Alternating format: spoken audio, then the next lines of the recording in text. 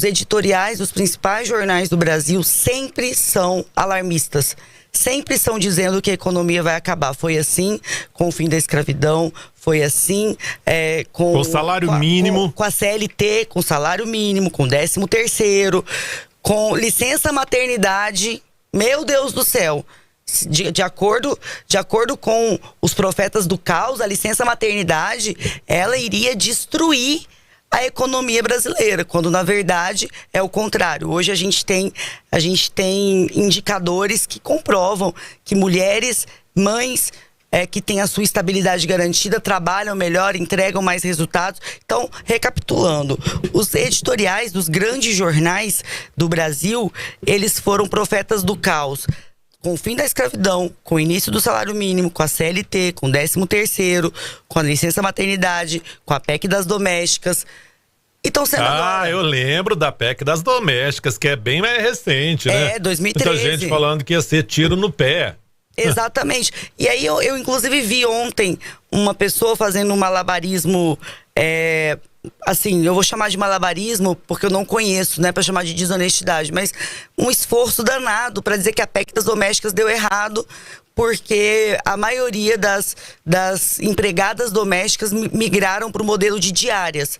Mas isso é um efeito positivo da PEC das domésticas, porque a partir da PEC das domésticas, elas identificaram que não precisavam mais aceitar ficar na casa dos patrões. Chegar antes, ficar depois sem ganhar hora extra, dormir lá, morar lá. Eu sou filha de uma mulher que morou em casa de patrões por mais de uma década. Minha mãe foi empregada doméstica, eu já contei isso aqui várias vezes. Eu não vou dizer que era empregada aos 7 anos, porque isso era trabalho análogo à escravidão.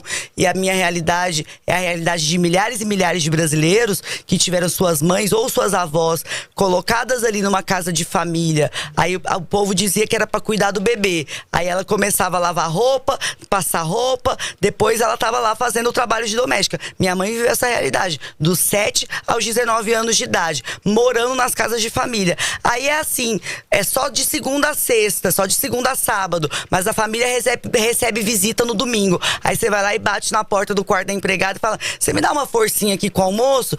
Ah, a família recebe, alguém passa mal. Você pode então ir ali na farmácia 9 horas da noite buscar um remédio? Você pode então fazer uma sopinha 11 horas da noite? A pessoa não tem vida. Essa era a realidade da grande maioria das empregadas domésticas desse país.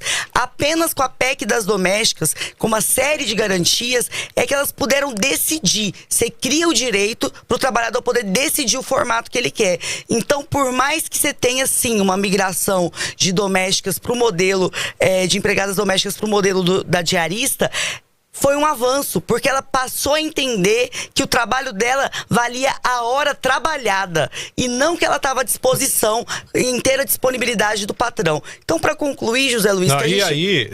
resumo da ópera, no caso da diarista, ela consegue fazer a mesma grana que ela faria com salário mensal, trabalhando bem menos. Ela pode falar: vou trabalhar 2, 3 vezes por semana, ou então vou trabalhar todo dia e vou fazer uma grana muito maior, o dobro, por exemplo, do que eu ganharia aqui como assalariada.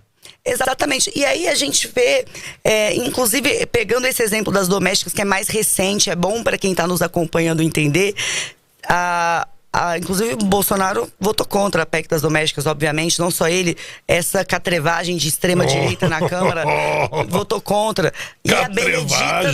E a Benedita da Silva foi a relatora, e é muito bom colocar essas pessoas nos polos da história em que elas têm que estar.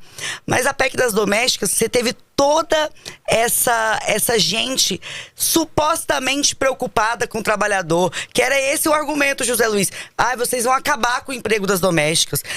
Ninguém mais vai querer ser doméstica. E outra coisa, outro argumento, não, é porque lá em casa tem uma senhora que trabalha lá há 20, 30 anos, ela é praticamente da família já.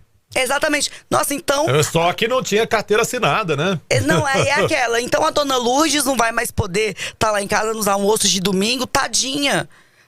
Então a dona Maria não vai mais poder viajar com a gente. Ela a gente vai ter que dispensá-la, né? Porque a gente não vai aguentar pagar aí os encargos da carteira assinada, infelizmente. Ela não vai poder mais morar com a gente, né? Exatamente. Então, José, você descreve de uma maneira muito cirúrgica que é a grita daqueles que dizem que estão defendendo os trabalhadores. Ah, se isso for aprovado, vocês estão acabando com os empregos.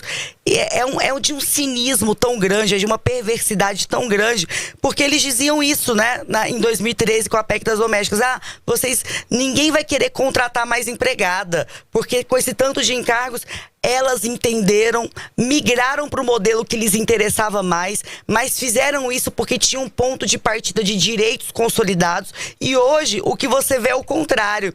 Ah, mas hoje a gente tem que praticamente entregar o nosso carro para alguém limpar a nossa casa. A gente vê isso nos grupos de pessoas procurando gente para fazer faxina e dizendo, meu Deus, tá um absurdo. Essas mulheres perderam a noção. Elas estão cobrando o olho da cara hoje em dia para fazer uma faxina. Querida, lava a sua própria louça. Lava a sua própria privada. Se você acha que essa mulher não vale, que o trabalho dela não vale, é porque ela está se dando o direito que foi consolidado na Constituição de escolher trabalhar onde paga aquilo que o trabalho dela, que ela acha que o trabalho dela vale. E quem tá achando ruim, vai pra beira do fogão. Vai pra beira da privada. Então, as pessoas fazem todo um terrorismo moral para interditar o debate, porque é importante a gente entender que as assinaturas são para a PEC tramitar. Qualquer deputado pode assinar para a PEC tramitar e depois votar contra. É para deixar o debate acontecer. É para se a PEC, porque a PEC no momento que ela está agora, ela não pode nem receber emenda. Ela não pode nem ser alterada. Ela não pode nem ser melhorada, porque ela não está tramitando ainda. Assinem para a PEC tramitar. Agora, interditar o debate com a desculpa de que está protegendo o trabalhador, nada mais é do que o arroto da saudade do período escravocrata em que o trabalhador não tinha direito nesse país. Mas a gente não vai voltar para esse lugar. A gente não vai voltar. Sobre os patrões trabalharem tanto, os pequenos proprietários trabalharem tanto quanto seus funcionários ou até mais, a gente já consolidou isso aqui como um consenso. Acontece que o empresário está trabalhando para ele, né? O funcionário também está trabalhando para o patrão. Então, essa lógica é uma falsa simetria. Não é que o empresário seja um vilão, pelo contrário, a gente exaltou aqui os milhares de pequenos empresários, empregadores desse país que mantêm as suas empresas pequenas de 2, 3, 4, 5 funcionários. No final das contas, o trabalhador muitas vezes está trabalhando para pagar o aluguel e esse pequeno proprietário está pagando a parcela da caminhonete, ou está pagando a parcela da casa nova, ou está pagando a faculdade do filho. Então existe uma diferença da relação do trabalho com o resultado final desse trabalho. Porque por mais que a pessoa trabalhe, ela está trabalhando para o seu patrimônio. Então não tem comparação com o funcionário dela. Essa é uma questão que a gente precisa superar. E aí é preciso dizer também que se a gente conseguisse criar, e eu acredito que é por isso que a PEC precisa tramitar. O que a gente está pedindo? Tem um monte de desinformação. Eu estava vendo gente dizendo assim, a Tabata Amaral votou contra a PEC. Gente, a PEC não foi votada ainda, ela não está nem tramitando. E ontem, inclusive, ela resolveu assinar. Exatamente, ontem ela assinou. Pela tramitação, né? Perfeitamente. Os mais de 300 deputados que não assinaram a PEC, não é que eles não votaram a favor ou votaram contra, eles ainda não assinaram para a PEC tramitar. E em Goiás, apenas 2 deputados federais assinaram até ontem, né? Que são os 2 do PT. Rubens Ottoni e Adriana Corsi. Exatamente. E a gente precisa mobilizar, e eu inclusive já mandei mensagem para a deputada Leda Borges, que é do meu partido, e para outros deputados que são de outros partidos, mas que eu tenho acesso, para a PEC ir para tramitação. Por quê? Porque aí você aprimora o texto. Isso que o ouvinte trouxe é muito importante, criar um escalonamento. Não é assim, foi aprovado na noite pro dia, você vai liberar seus funcionários e você tem que se virar. Lógico que não.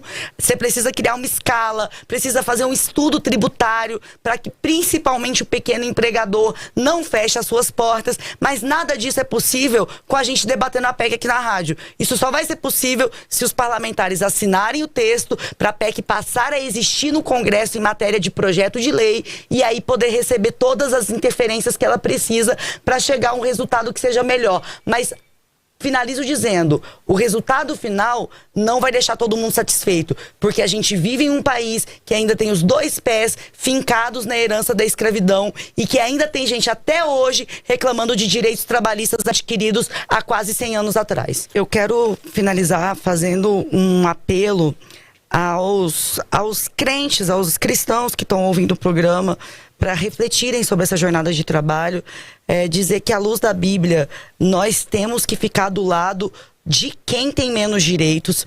A Bíblia, inclusive, é um manual que determina o descanso. Aí tem gente que pode dizer, mas era só o sábado. Para os judeus, querido, tinha o ano sabático. Não era um dia, era o ano inteiro sem colher, inclusive para o fruto que ficava na plantação ser colhido pelos estrangeiros. Então o Evangelho nos coloca no lugar que é ao lado dos trabalhadores, ao lado dos oprimidos e contra as injustiças.